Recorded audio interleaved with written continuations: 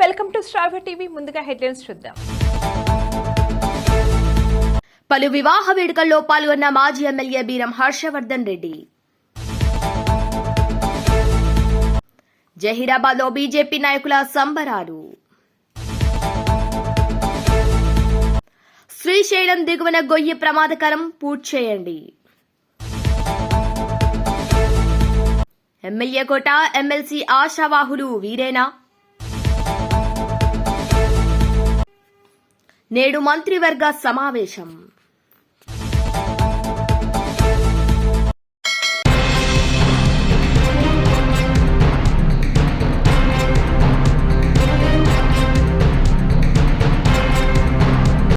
Karimnagar graduated BJP బలపరిచిన అభ్యర్థి అంజిరెడ్డి విజయం సాధించడంతో జహీరాబాద్లోని ప్రభుత్వం అతిథి గృహం వద్ద ఆ పార్టీ నాయకులు గురువారం సంబరాలు నిర్వహించారు. టపాసులు కాల్చి స్వీట్లు పంచిపెట్టారు. పట్టణ అధ్యక్షులు ద్వారకా రవి నాయకులు విజయ్ కుమార్, కాశీనివాసు, మీనాగౌడ్ పాల్గొన్నారు.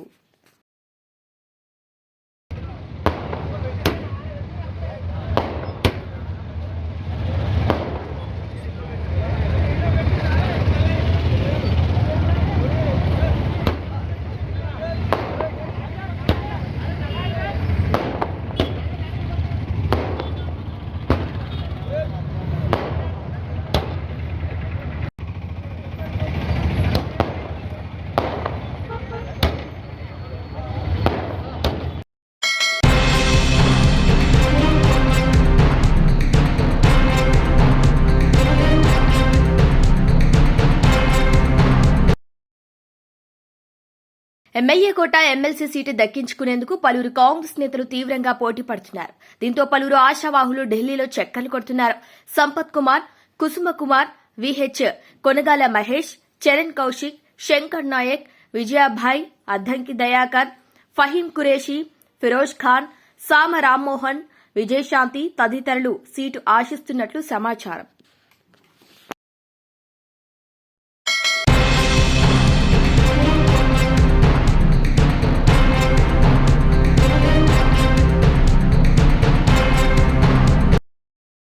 శ్రీశైలం ప్రాజెక్టు దిగువన ఏర్పడిన గొయ్యిని మే నెలాఖరులోపు పూడ్చాలని తెలుగు రాష్ట్రాలకు ఎన్డీఎస్ఏ సూచించింది. డ్యాం పునాది 380 అడుగులు ఉంటే ఈ గొయ్యి 410 అడుగుల వరకు ఉందని తెలిపింది. కృష్ణానదికి ఏటా వస్తున్న వరదలతో ఫ్లంజ్ ఫుల్ ప్రాజెక్టు ప్రమాదకరంగా మారుతోందని తెలిపింది. అయితే సముద్ర తీరం కోతకు గురికాకుండా వినియోగించే టెబ్రా పార్ట్స్తో చర్యలు చేపట్టవచ్చని అధికారులు అభిప్రాయపడ్డారు.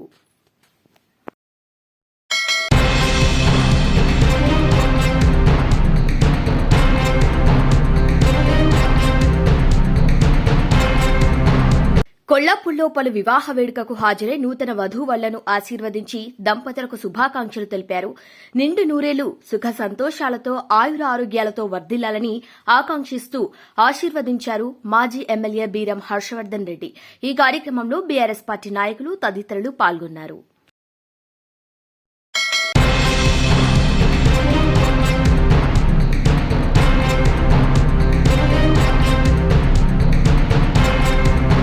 సీఎం చంద్రబాబు అధ్యక్షతన ఇవాళ మంత్రివర్గ సమావేశం జరగనుంది. మధ్యాహ్నం 3 గంటలకు సచివాలయంలోని బ్లాక్ 1లో ఈ భేటీ కొనసాగనుంది.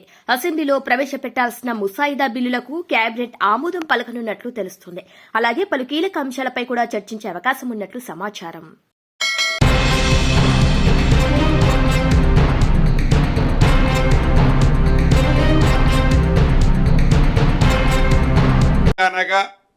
గతంలో అనేక పర్యాయాలు ముఖ్యమంత్రి గారు చెప్పడం జరిగింది. అదే పద్ధతిలో ఓఆర్ఆర్ బయట నుంచి త్రిపులార్కి బఫర్గా బయట 2 కిలోమీటర్స్ వరకు దీన్ని ఫ్యూచర్ సిటీగా ఈరోజు క్యాబినెట్లో పూర్తిగా చర్చించి ఈ ఫ్యూచర్ సిటీ ఏదైతే ఉందో దీంట్లో 7 మండలాలు 57 మండలాల్లోని 56 గ్రామాలతో ఎఫ్సిడిఏగా ఈ ప్రాంతాన్ని ఈరోజు కేబినెట్లో నిర్ణయించడం జరిగింది. దీనివల్ల నాగార్జున సాగర్ హైవే నుంచి శ్రీశైలం హైవే మధ్యలో ఉన్న దాదాపు సుమారు 30,000 ఎకరాల విస్తీర్ణంలో ఈ ఫ్యూచర్ సిటీని డెవలప్ చేయాలన్నది ప్రధానంగా ఈరోజు ఈ క్యాబినెట్లో నిర్ణయం తీసుకోవడం జరిగింది. ఇందాక ఏవైతే గ్రామాలు చెప్పానో ఈ 56 గ్రామాలతో పాటు 36 గ్రామాలు హెచ్ఎండిఏ పరిధిలో ఉన్న వాటిని 36 గ్రామాలు గతంలో హెచ్ఎండిఏలో పరిధిలో ఉన్న వాటిని తొలగించి ఇందాక చెప్పిన విధంగా ఎఫ్సిడిఏకు ట్రాన్స్ఫర్ చేయటం జరిగింది ఈనాడు ఈ క్యాబినెట్లో. ఈ ఫ్యూచర్ సిటీ కోసం సుమారు 90 పోస్టులని ఈరోజు క్యాబినెట్లో ఆమోదించడం జరిగింది. అదే రకంగా ఈ హెచ్ఎండిఏ పరిధిని రీజనల్ రింగ్ రోడ్డుకి దాటి ఇందాక చెప్పినట్లు బఫర్ జోన్గా 2 కిలోమీటర్స్ వరకు దాన్ని కూడా దీంట్లో యాడ్ చేయడం జరిగింది. ఈ మొత్తం ఈ 2 కిలోమీటర్స్ బఫర్ జోన్ కూడా కలుపుకుంటే 11 జిల్లాలలో 104 మండలాలలో సుమారు 1355 గ్రామాలతో ఇప్పుడు హెచ్ఎండిఏ పరిధి ఇంక్రీజ్ కాబడింది. 11 జిల్లాల్లో 104 మండలాల్లో 1355 గ్రామాలు ఇప్పుడు మనం అనుకునే హెచ్ఎండిఏ పరిధిలోకి రాబోతుంది. ఈ విస్తీర్ణంలో కొత్తగా 332 రెవెన్యూ గ్రామాలు, ఇందాక ఈ గ్రామ పంచాయతీలు, ఇవి 332 రెవెన్యూ గ్రామాలు ఈ కొత్త హెచ్ఎండిలో పరిధిలోకి రాబోతున్నాయి. అదే రకంగా ప్రధానమైనది ఈ ఇందిరమ్మ ప్రభుత్వంలో 1 కోటి మహిళల్ని కోటీశ్వరులను చేయాలి అనే చిత్తశుద్ధితో ఇందిరా మహిళా శక్తి మిషన్ కింద 2025 పాలసీని మహిళల కోసం క్యాబినెట్లో ఆమోదించడం జరిగింది. ఈ మహిళలు ఎవరైతే ఉన్నారో ఈ ఇందిరమ్మ ప్రభుత్వంలో గతంలో కాంగ్రెస్ ప్రభుత్వము ఇందిరమ్మ ప్రభుత్వం ఉన్నప్పుడు మహిళలకి ఏ రకమైన భద్రత కల్పించి వారి అభివృద్ధిలో వారు ఆర్థికంగా మరింత అభివృద్ధి చెందటం కోసం ఏ రకమైన సహకారాలు ఇచ్చిందో అదే పద్ధతిలో మళ్ళీ ఇందిరమ్మ రాజ్యంలో ఈ 2025 సంబంధించి ఈ కొత్త పాలసీని కూడా ఇంతకుముందు అడాప్ట్ చేయడం జరిగింది. గతంలో గ్రామీణ ప్రాంతంలో ఉండే వాటిని సెర్ఫుల్ కింద, అదే రకంగా పట్టణ ప్రాంతంలో ఉండే ఈ మహిళా సంఘాలని మెప్మా ఆధ్వర్యంలో 2 సెక్టార్లో బైఫర్కేషన్ అయి ఉండేవి.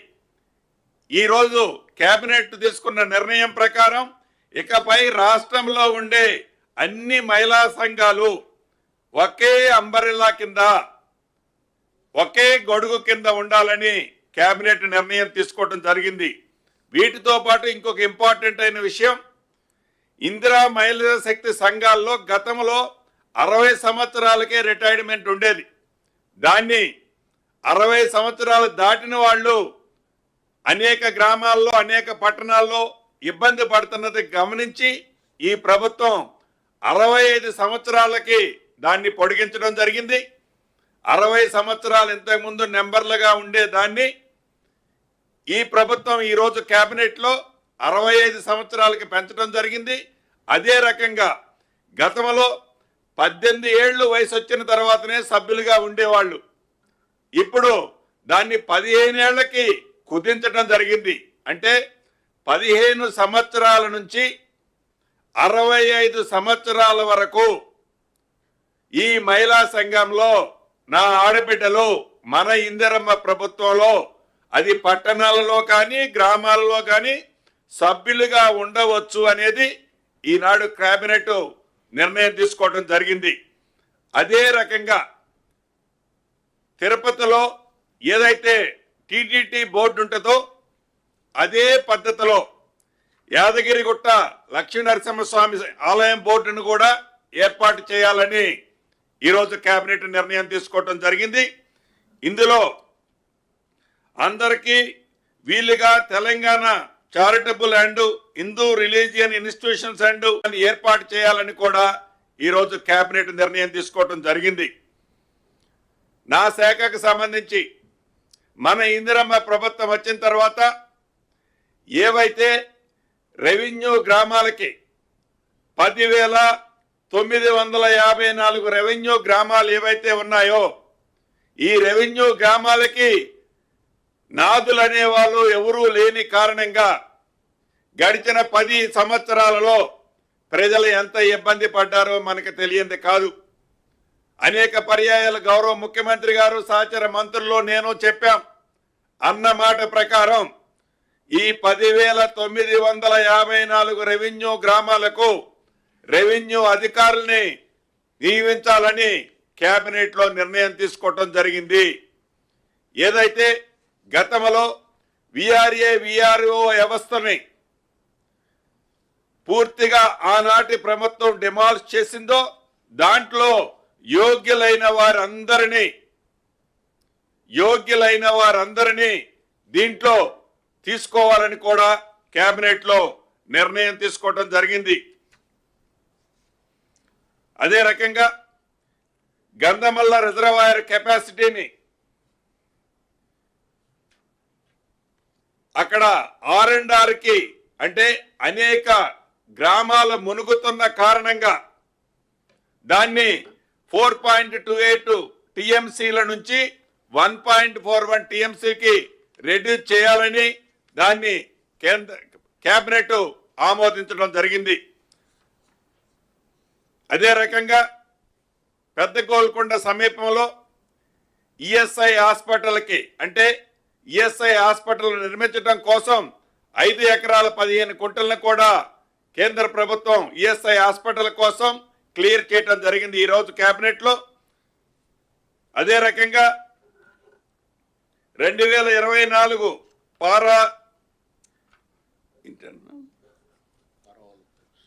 పారా ఒలింపిక్స్ కంస విజేత పతాక విజేత దీప్తి జివాంజీకి ప్రభుత్వం ఉద్యోగం ఇచ్చేందుకు మంత్రివర్గం ఆమోదించడం జరిగింది. కొత్త రెవెన్యూ డివిజన్లు కొత్త మండలాలు గత ప్రభుత్వంలో మొక్కుబడిగా పేపర్ వరకు ఏదైతే ఇచ్చి వదిలేశారో ఆ ఇచ్చిన మండలాలకి డివిజన్లకి ఈ ప్రభుత్వం 361 పోస్టులని శాంక్షన్ చేయడం జరిగింది. అదే రకంగా అనేక రెసిడెన్షియల్ ఎడ్యుకేషనల్ ఇన్స్టిట్యూషన్లకి సుమారు 330 పోస్టులని కూడా ఫైనల్ చేయాలని కేబినెట్ ఆమోదించడం జరిగింది. వీటన్నిటితో పాటు ప్రధానమైంది ఈనాటి కేంద్ర ప్రభుత్వం యొక్క దురాలోచన ఏదైతే ఉందో పునర్విభజన చేసేటప్పుడు ఈ పునర్విభజనకి సంబంధించిన దాంట్లో నార్త్ సౌత్ అనే కాన్సెప్ట్ వారి మైండ్లో పెట్టుకొని సౌత్కి ఏదైతే నష్టము చేయాలని దురుద్దేశంతో ఈ పునర్విభజన పార్లమెంట్లు సీట్లని చేసే దాంట్లో భాగంగా సౌత్లో ఇండైరెక్ట్ గా వారి మనసులో ఏదైతే స్పష్టంగా కనిపిస్తుందో